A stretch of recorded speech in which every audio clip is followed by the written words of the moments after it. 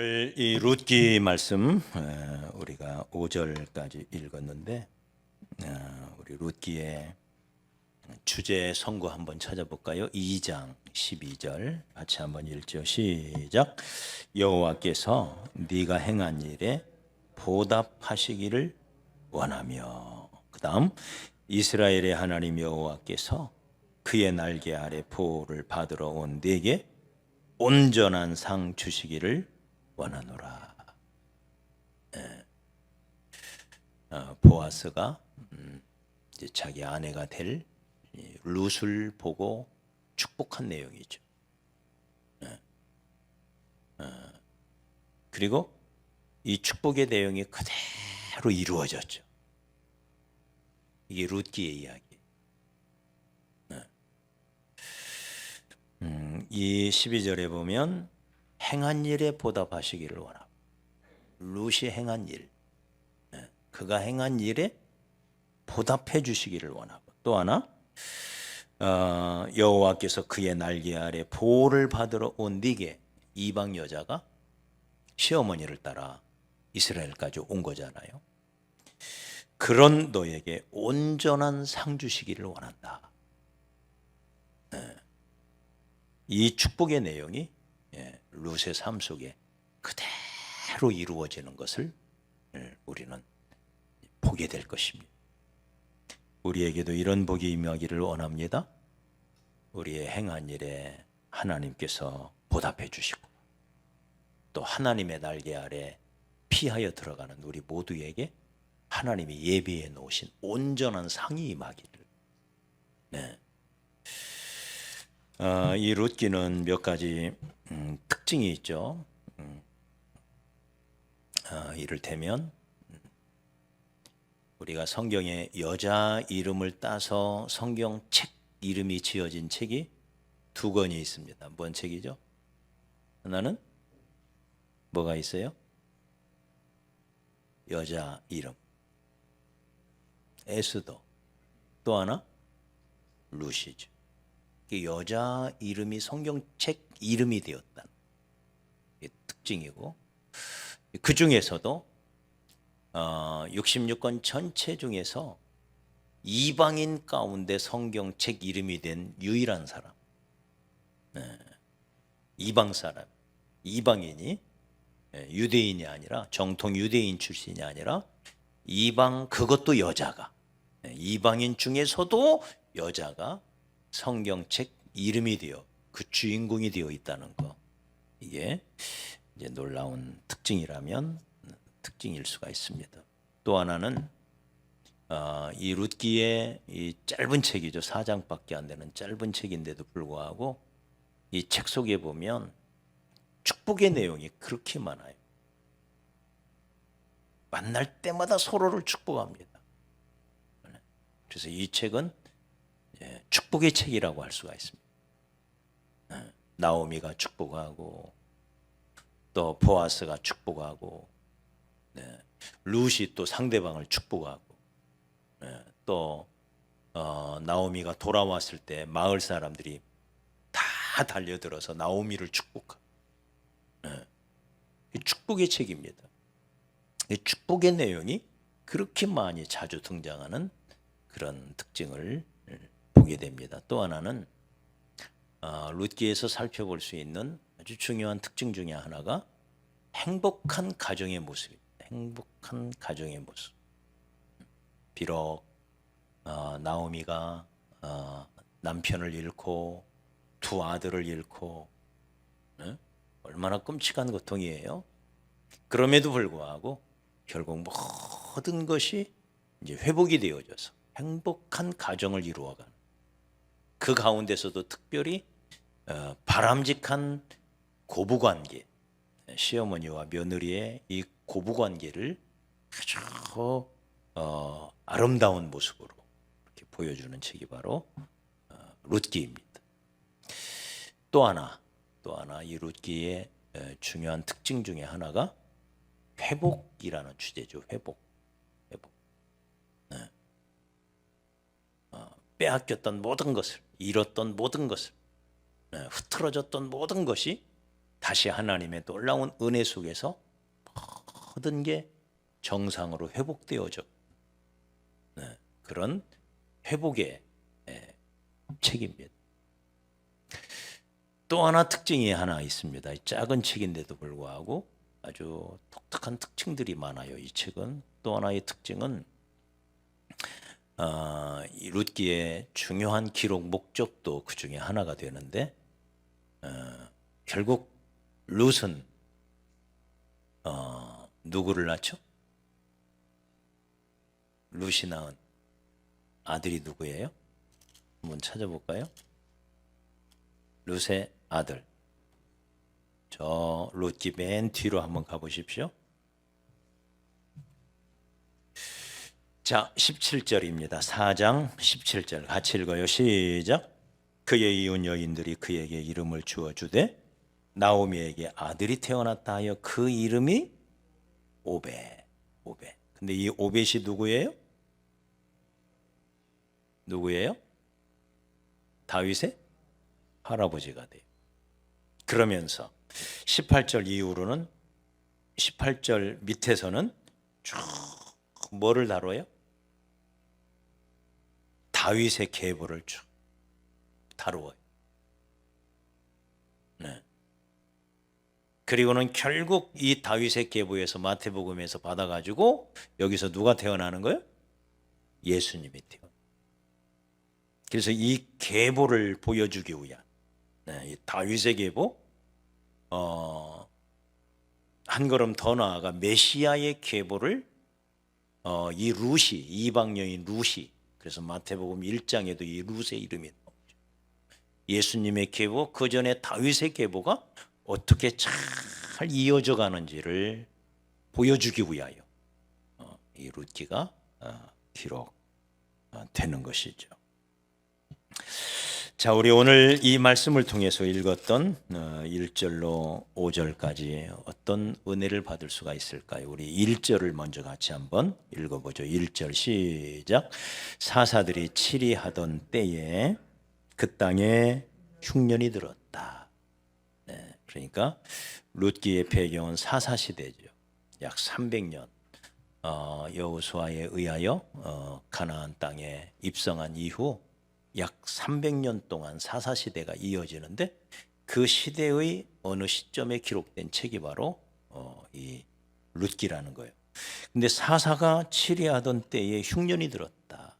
흉년. 네. 어려움의 순간이 찾아온 거죠. 우리의 인생을 살다가 보면 이런 흉년을 만날 때가 있습니다. 고통스러운 때죠. 네. 사업에 실패를 할 수도 있고 건강에 이상이 생길 수도 있고 네.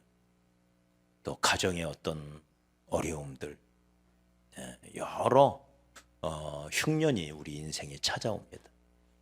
이런 흉년이 찾아왔을 때 이런 어려운 순간이 찾아왔을 때 우리가 어떻게 해야 되냐. 네.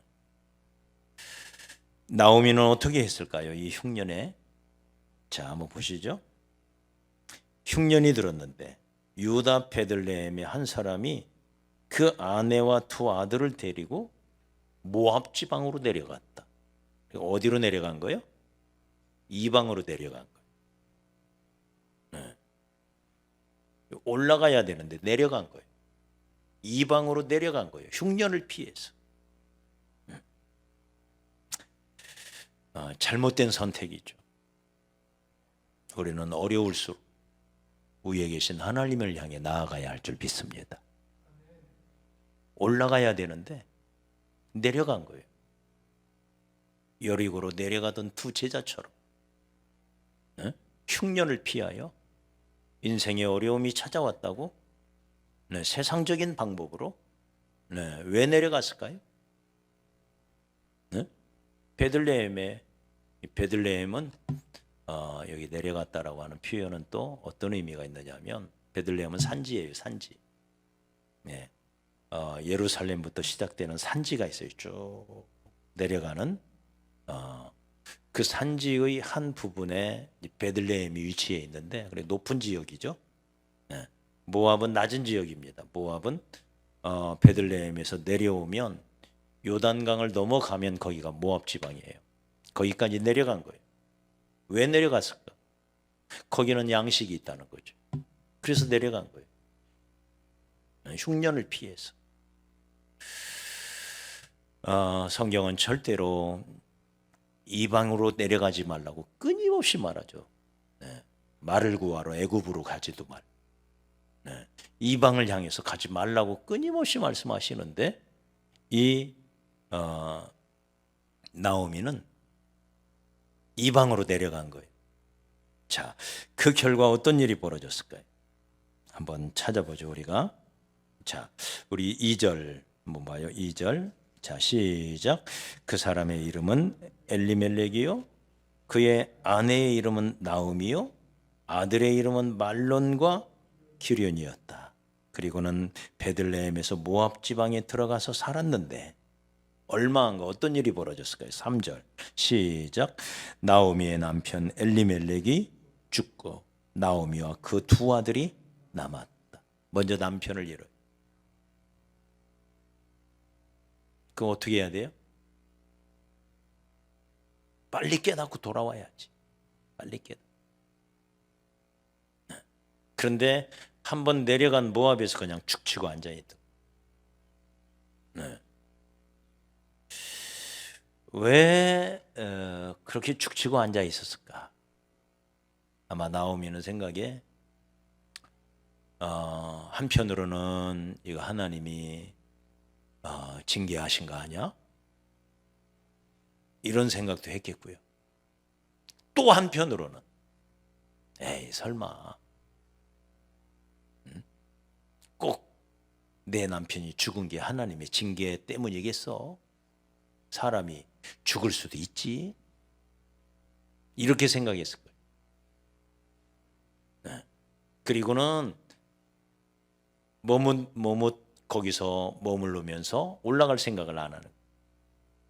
그러자 어떤 일이 벌어졌나요? 자, 5절을 한번 보죠. 5절 시작. 말론과 기련 두 사람이 다 죽고 사랑하는 두 아들마저 죽은 것. 네? 기가 막히잖아요. 자, 남편이 죽고 큰 아들이 죽고 조금 있다 작은 아들이 죽고. 네. 우리가 하나님을 멀리했을 때, 세상과 가까워질 때 우리에게 찾아올 수 있는 하나님의 징계들입니다. 자, 그럼 그때라도 빨리 돌아가야 되는데 계속해서 머무르고 있는 거예요.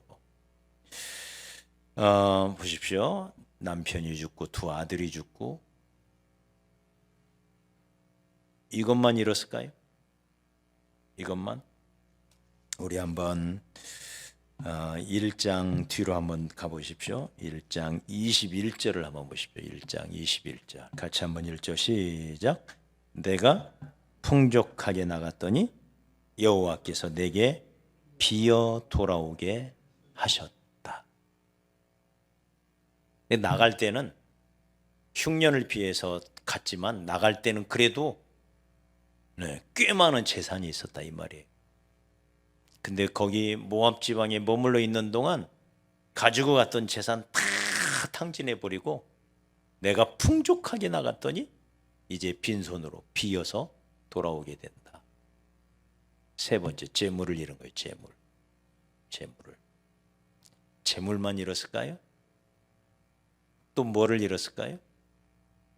우리 다시 앞으로 한번 넘어가 봐요. 앞으로 1장 4절을 한번 봐봐요. 1장 4절. 그렇게 모압 지방에 거주했던 기간이 몇 년? 몇 년? 10년. 여러분 10년이 짧아요, 길어요?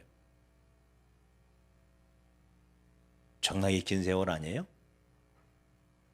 네. 세월을 잃은 거예요. 세월을.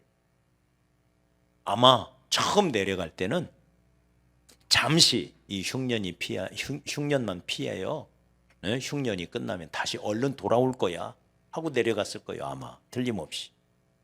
그렇게 내려간 이방 땅에 무려 10년 세월을 시간을 잃어버린 거예요. 네? 시간을 낭비한 거죠. 무려 10년 동안이 사라져버린 거예요. 네. 그것뿐일까요? 자, 우리 13절을 한번 보죠. 13절 같이 한번 읽어봐요. 13절 시작. 너희가 어찌 그들이 자라기를 기다리겠으며 어찌 남편 없이 지내겠다고 결심하겠느냐? 내 딸들아, 그렇지 아니하니라. 여호와의 손이 나를 치셨으므로 나는 너희로 말미암아 더욱 마음이 아프도다. 이제 깨닫는 거예요. 나오미가 하나님의 손이 나를 쳤구나. 네. 그리고는 우리 뒤로 다시 한번 넘어가 보죠. 뒤로. 우리 19절을 보시면 19절 시작. 이에 그 두 사람이 베들레헴까지 갔더라. 베들레헴에 이를 때에 온 성읍이 그들로 말미암아 떠들며 이르기를 이가 나오미냐. 10년 전에 떠났던 그 나오미냐. 네. 근데 나오미라는 뜻은 뭐예요? 그 밑에 한번 찾아봐 봐요. 각주에 달려 있죠? 무슨 뜻이에요? 나오미. 희락이라는 뜻이래요. 희락. 네. 기쁨의 여자예요.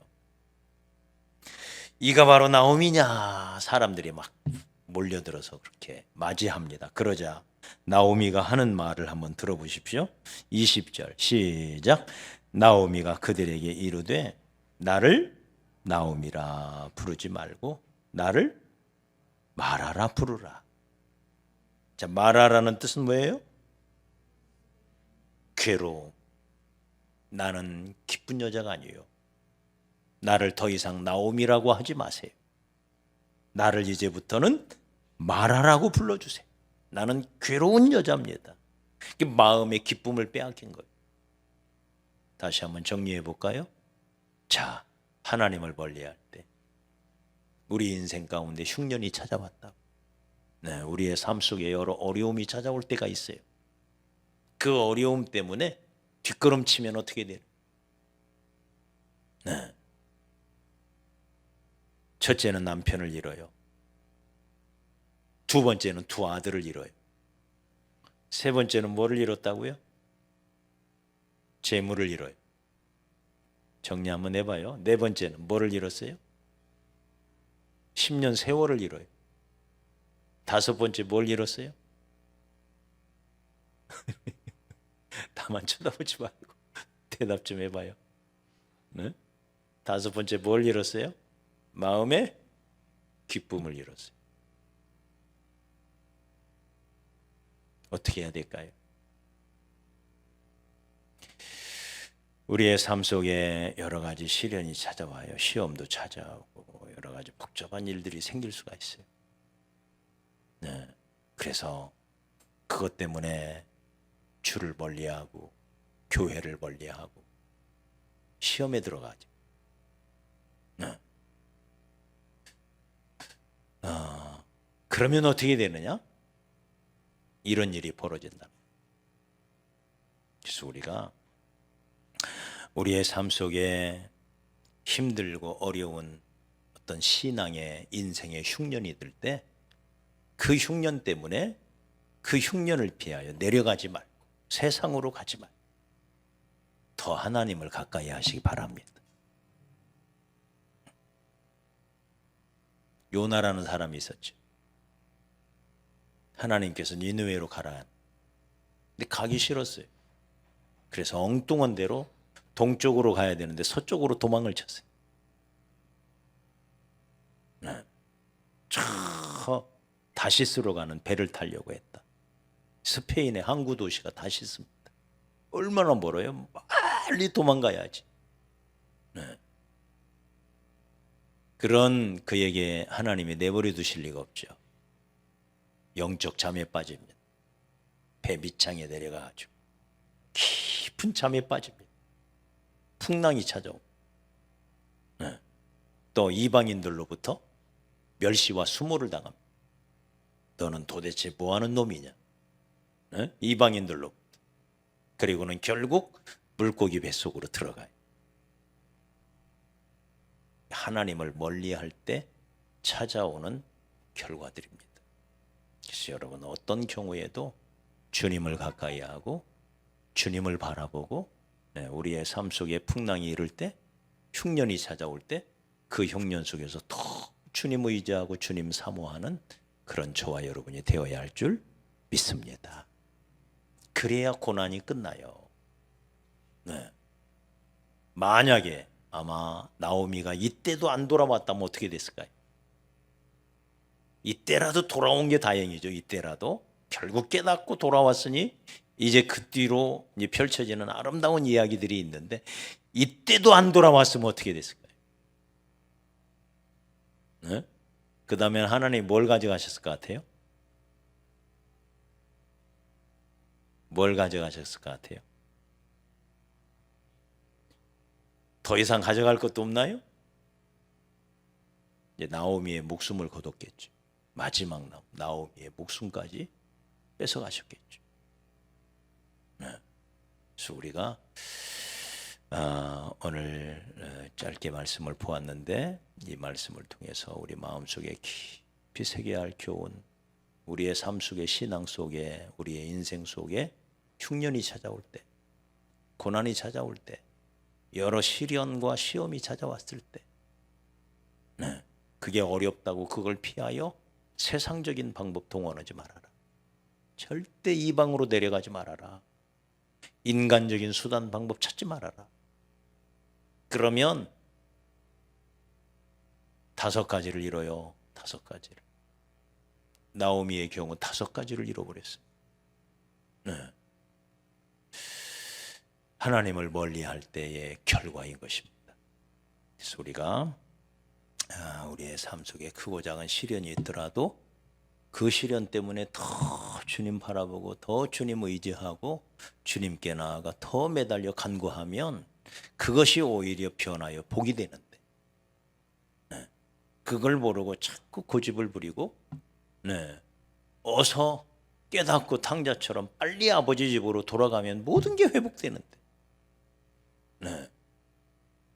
그러지 않고 고집 부리다가 이 나오미는 많은 것을 잃어버리고 마지막 순간에야 깨닫고 주님께로 돌아가요.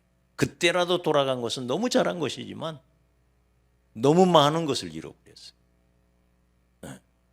우리가 오늘 이 말씀 우리 마음에 깊이 새기고, 저와 여러분의 삶 속에 흉년이 올 때 절대 세상적인 방법, 육신적인 방법